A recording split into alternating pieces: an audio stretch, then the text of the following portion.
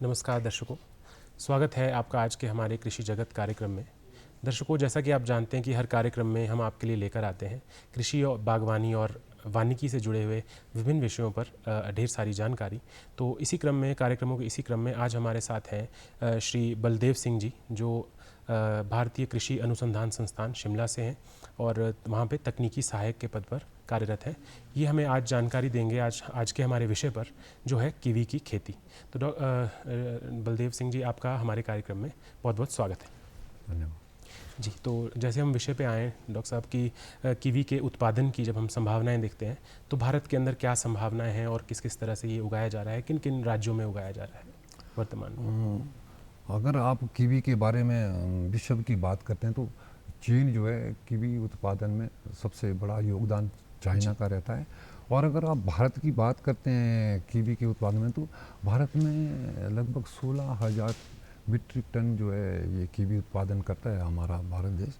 और 4,000 हेक्टेयर भूमि पर कीवी की खेती वर्तमान में हो रही है जी। तो अगर आप हमारे राज्यों की बात करते हैं तो हमारे हिंदुस्तान के में अरुणाचल प्रदेश का सबसे ज़्यादा योगदान रहता है। ये जो है 40.71% जो है कीवी उत्पादन करता है। और दूसरे नंबर पर मणिपुर आता है, ये 18.11% योगदान इसका रहता है। और पूरे देश का योगदान है, उसका प्रतिशत। हाँ, 7 राज्य जो है इसमें अग्रणी रहते हैं। और तीसरे नंबर पर सिक्किम राज्य आता है और चौथे पर नागालैंड 10.83% इसका जो है कीवी योगदान रहता है। और हिमाचल प्रदेश का हमारे जो है 6.98% जो है ये इसमें कीवी का योगदान रहता है। जी। तो जब हम हिमाचल प्रदेश की बात करते हैं, जैसे आपने कहा कि यहाँ पे भी कीवी ग्रो की जाती है, तो किन किन क्षेत्रों में यहाँ पे हो रही है और क्या स्थिति है वर्तमान में कीवी उत्पादन की हिमाचल प्रदेश में, और क्या क्या संभावनाएं हैं, किन किन क्षेत्रों में देखते हैं आप? मैं 2 राज्यों को छोड़ रहा हूँ। आपके जो 6ठे नंबर पर आता है वो मिज़ोरम है, इसका योगदान 6.20। और जम्मू कश्मीर का 0.18% योगदान जो है कीवी उत्पादन में ये राज्य जो है करते हैं। जी, ये तो राज्यों का रहा। हाँ। तो जी, अब हिमाचल पे आते हैं। तो अगर आप हिमाचल की बात करते हैं तो हिमाचल में जलवायु में काफ़ी विभिन्नताएं पाई जाती है। कीवी हमारे अगर आप डिस्ट्रिक्ट या जिलों की बात करते हैं तो आज की उसमें शिमला, सोलन, सिरमौर, मंडी, किन्नौर, चंबा के जो हमारी डिस्ट्रिक्ट है इसमें कीवी की खेती हो रही है। कांगड़ा में, पालमपुर और जो धर्मशाला इन इलाकों में भी कीवी की काफ़ी अच्छी संभावना है और लोग इसकी खेती कर भी रहे हैं।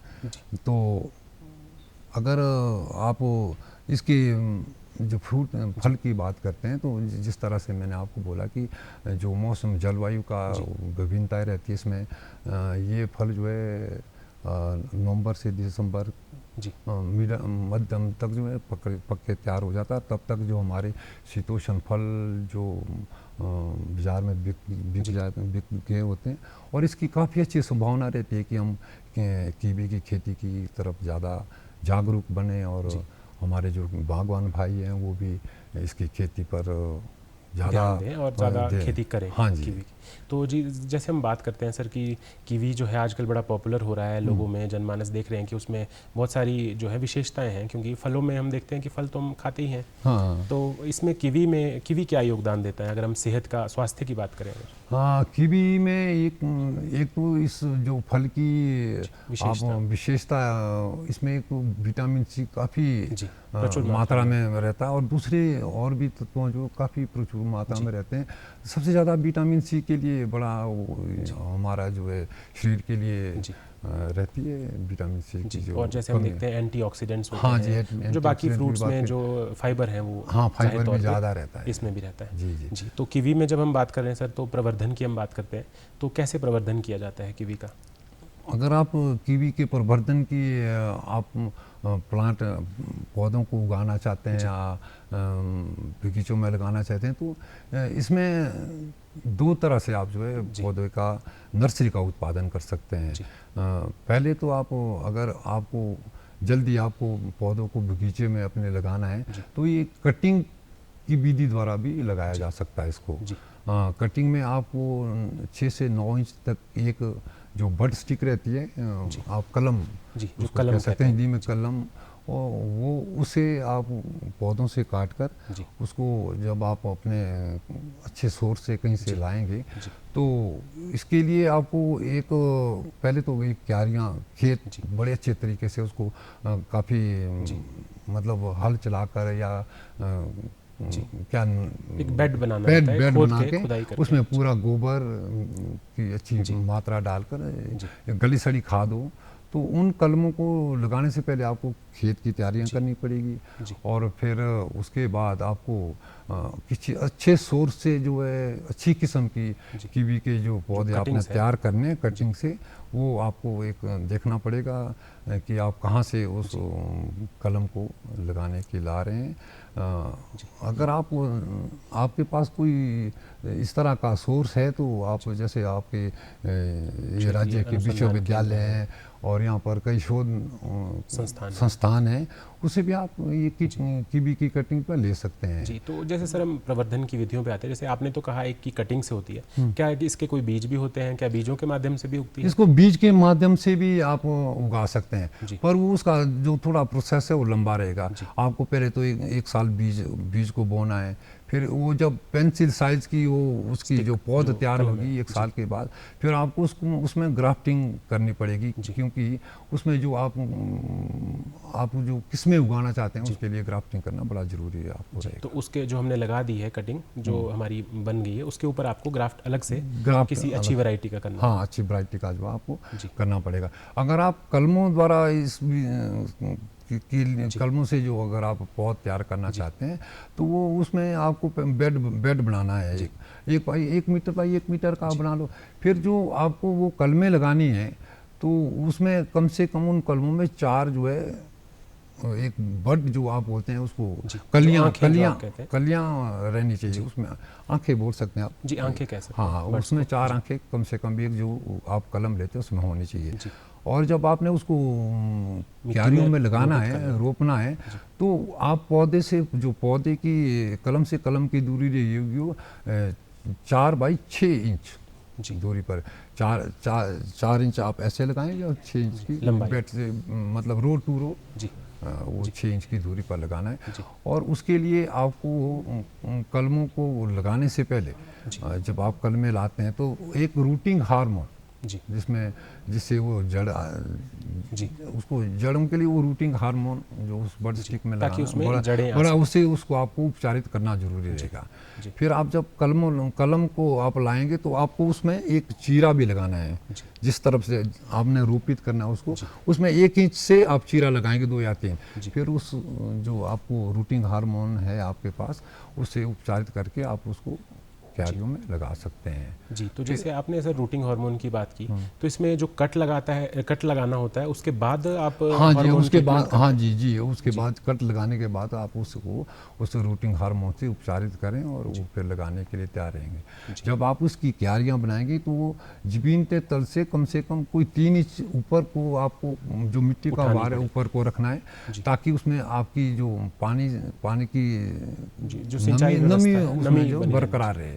क्योंकि उसमें आपको जब तक वो उसमें कलियां या जब तक वो फूटी नहीं तब तक आप उसको पानी की कमी ना होने दें तो ज़्यादा अच्छे से सर्वाइव करेगा पौधा। जी, तो जैसे हम नर्सरी का देखते हैं सर, नर्सरी मैनेजमेंट की हम बात करते हैं कि हमको नर्सरी में अब जैसे हमने नर्सरी तो बना दी, बेड लगा दिया और अपने पौधे हमारे शुरू हो गए, तो उसके बाद कोई प्रैक्टिसेस रहती हैं सर कि हम उनकी ग्रोथ में कोई कीड़े लग जाते हैं या कुछ और चीज़ें भी लग सकती हैं उस टाइम? हाँ, आपको उसकी ख्याल रखना पड़ेगा। जैसे नर्सरी में खरपतवार की करना है, अगर कीड़ा लगता है तो उसकी आपको देखभाल करनी है, आपको स्प्रे अगर कीड़ा लगता है तो आपको उसमें भी बड़ा ध्यान रखना पड़ेगा ताकि वो किसी तरह से उसमें कोई कीट पतंग। और जैसे सर आपने कहा कि हमें फसल तो हमें मिल जाती है नवंबर दिसंबर के आसपास, तो जब हम नर्सरी लगाते हैं तो नर्सरी का समय क्या रहता है, किस समय नर्सरी लगानी चाहिए किसी किसान को, और फिर कब उसको वो फील्ड में लाए उन पौधों को? ये इसका नर्सरी का जो आपको समय रहेगा वो फरवरी से मार्च के बीच में रहेगा, आपको फरवरी में इसकी मैंने जैसे आपको पहले भी बोला कि आप खेत क्यारियों की बिल्कुल पहले तैयारी करके रखें, फिर आपको फरवरी मध्य में आप इसकी बर्ड स्टिक लेकर किसी संस्थान से जहाँ अच्छी नर्सरी हो जो बढ़िया किस्म के पौधे लगाते हो, तो उसमें मैंने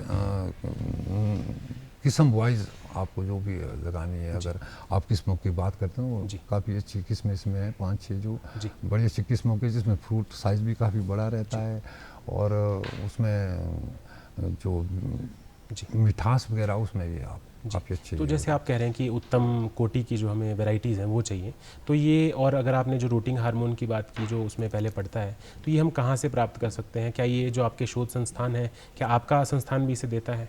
रूटिंग हार्मोन बाजार में भी उपलब्ध है, और अगर आपको इन शोध संस्थानों में भी जाना तो इन लोगों के पास भी मिलता है। वो आईबीए के नाम से प्रचलित है कि आईबीए के नाम से अगर आप जाते हैं तो हाँ, और आईएए 2 तरह के हाँ, इस तरह बाजार में भी आपका जो रूटिंग हार्मोन है वो भी रूटेक्स या इस किसी नाम से इन्होंने किया, तो वो भी आपको बाजार में उपलब्ध है। तो अगर हमें उत्तम कोटि की जो वैरायटीज़ है जो आपने कल में कही, तो क्या वो भी हमें इनसे मिल जाएंगी संस्थानों से? हाँ, आपके जैसे आपके राज्य के विश्वविद्यालय, आप नॉन यूनिवर्सिटी देख सकते हैं, पालमपुर यूनिवर्सिटी है, या आईसीआर के भी शोध संस्थान चल रहे हैं, वहाँ से भी आप इन कलमों को आसानी से ले सकते हैं।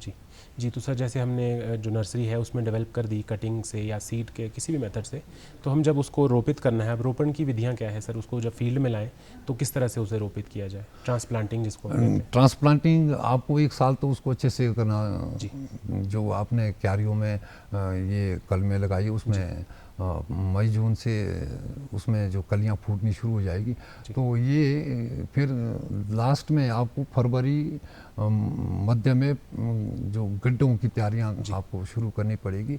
गड्ढा जो आपका गड्ढा है वो 3 बाई 3 फुट का हो, और इसमें जब आप इसकी गड्ढों की भरपाई करते हैं तो इसमें गोबर और मिट्टी अच्छी तरह से इसकी फिलिंग करें, और जो गड्ढा आपका रहेगा वो ज़मीन तल से 6 इंच तक ऊपर है, क्योंकि जब वो बारिश और उसमें ज़मीन में गड्ढे की मिट्टी जो बैठ जाती है, फिर आप जब पौधा रोपित करेंगे तो अच्छे से उसकी चारों तरफ जो है हवा का दबाव ना रहे, तो उसको अच्छे से आप रोपित करेंगे।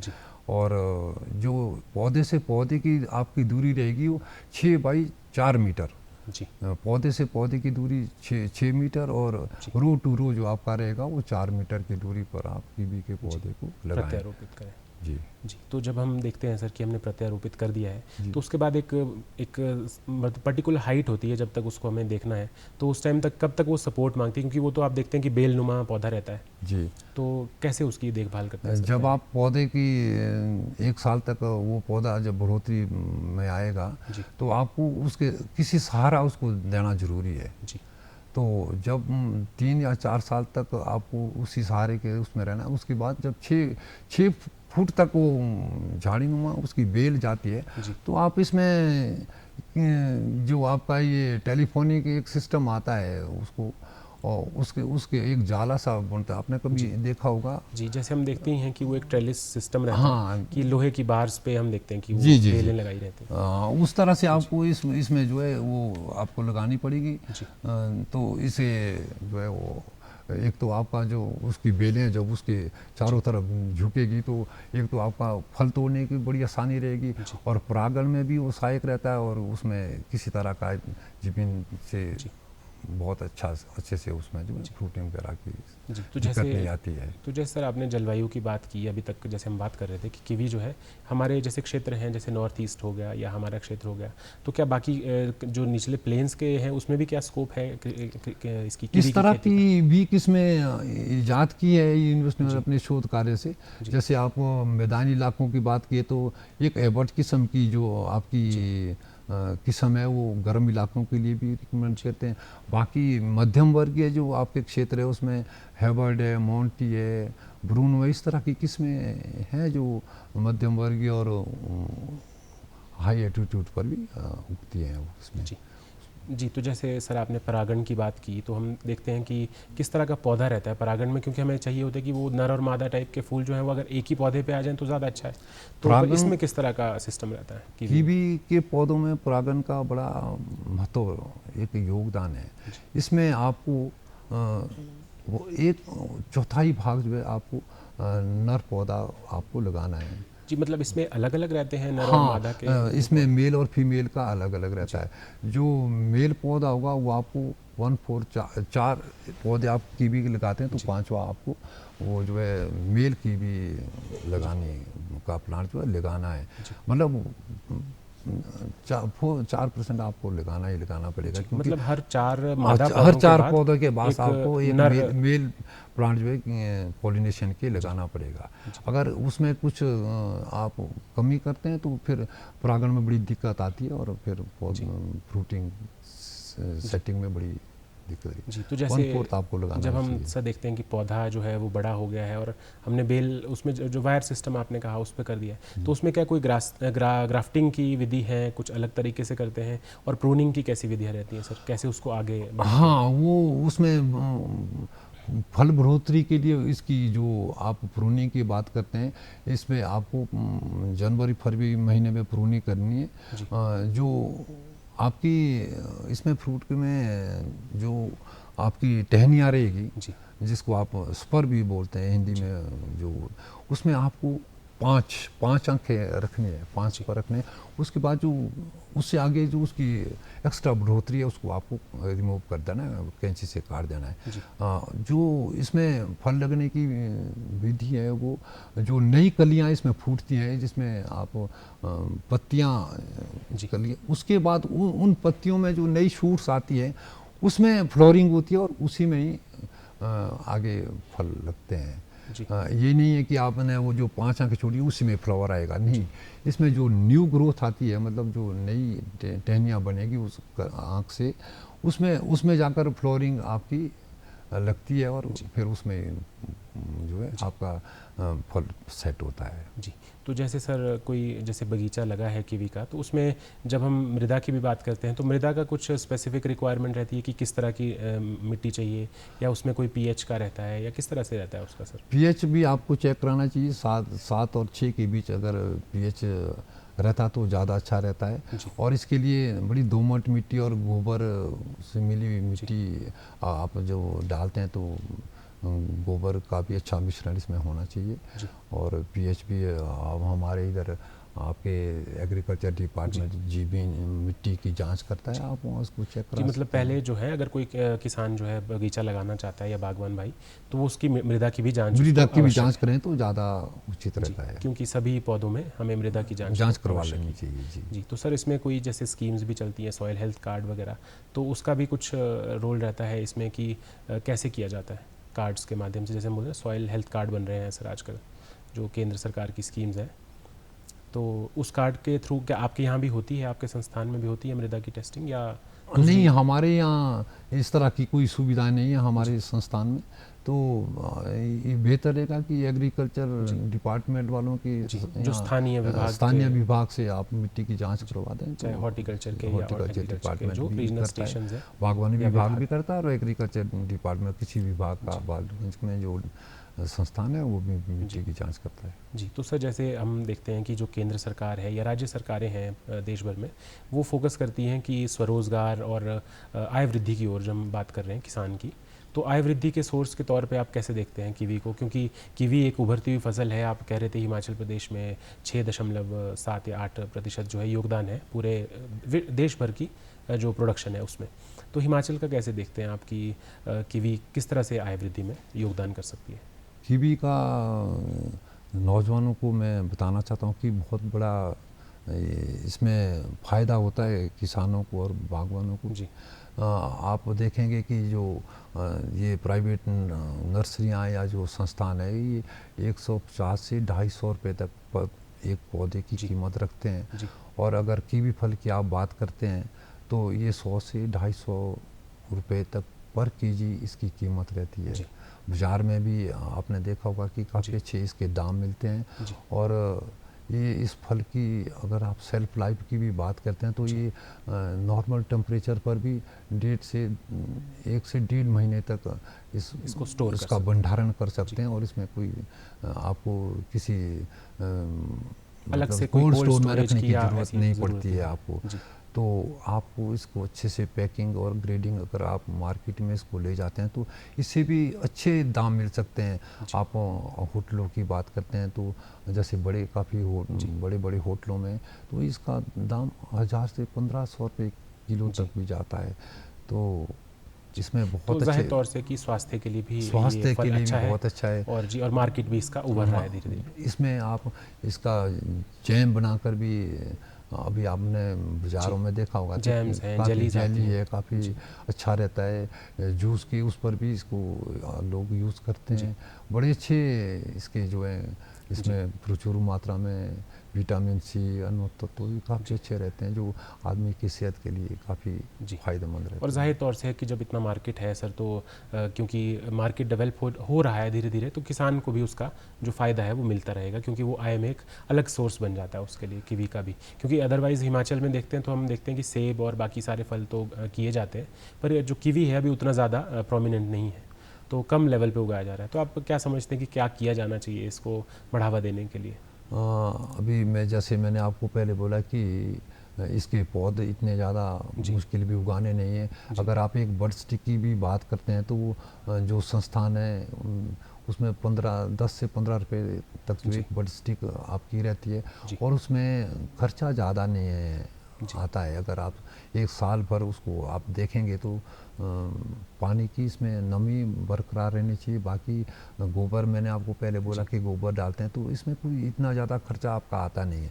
और मैंने पौधे की बात की कि ये 150 से 250 रुपये के बीच में एक पौधा आपका बिकता है। तो अगर आप इसका एक डाटा निकालें तो मेरे ख्याल से अगर 50 रुपये आपके खर्च होते हैं तो पौधे में आपका 150 से 200 तक बिक रहा है। और बड स्टिक से बढ़िया रहता है इसका जो पौध उगाने की प्रवर्तन की जो विधि है वो ज़्यादा आसान है। अगर आप इसके बीजू पौधे की बात करते हैं तो इसका बीज बहुत पतला बारीक साइज़ में होता है। अगर आप इसको क्यारियों में बीजते हैं तो मैंने जैसे आपको पहले बोला कि इसकी जो आपकी खेत या क्यारियों की जो विधि है उसको अच्छे से पहले तैयार कर लें, और गोबर की अच्छी सी मात्रा डालकर फिर आप इसको क्यारियों में इस बीज से भी आप पौधे तैयार कर सकते हैं। अगर आपके पौधे ज़्यादा घने रहते हैं तो उसको बरसात के टाइम में आप ये दूसरी क्यारियों में भी इसको शिफ्ट कर सकते हैं। और मैंने आपको पहले बोला कि इसका जो अंतराल रहता है पौधे से पौधे का वो 4 से 6 इंच के बीच में आप पौधे से पौधे की दूरी बना के रखें। और जो आपके बीजू पौधे जो आप तैयार कर रहे हैं वो उसको आप बरसात में दूसरी क्यारियों में शिफ्ट कर सकते हैं। जी सर, जैसे हम देखते हैं सर, अब किसान जो है अगर आपसे संपर्क करना चाहते हैं तो कोई आपका कॉन्टैक्ट नंबर है, या फिर जो किसान हेल्पलाइन है जिसे हम राष्ट्रीय स्तर पर भी प्रमोट करते हैं, 1800-180-1551, उस पर किसान संपर्क कर सकते हैं।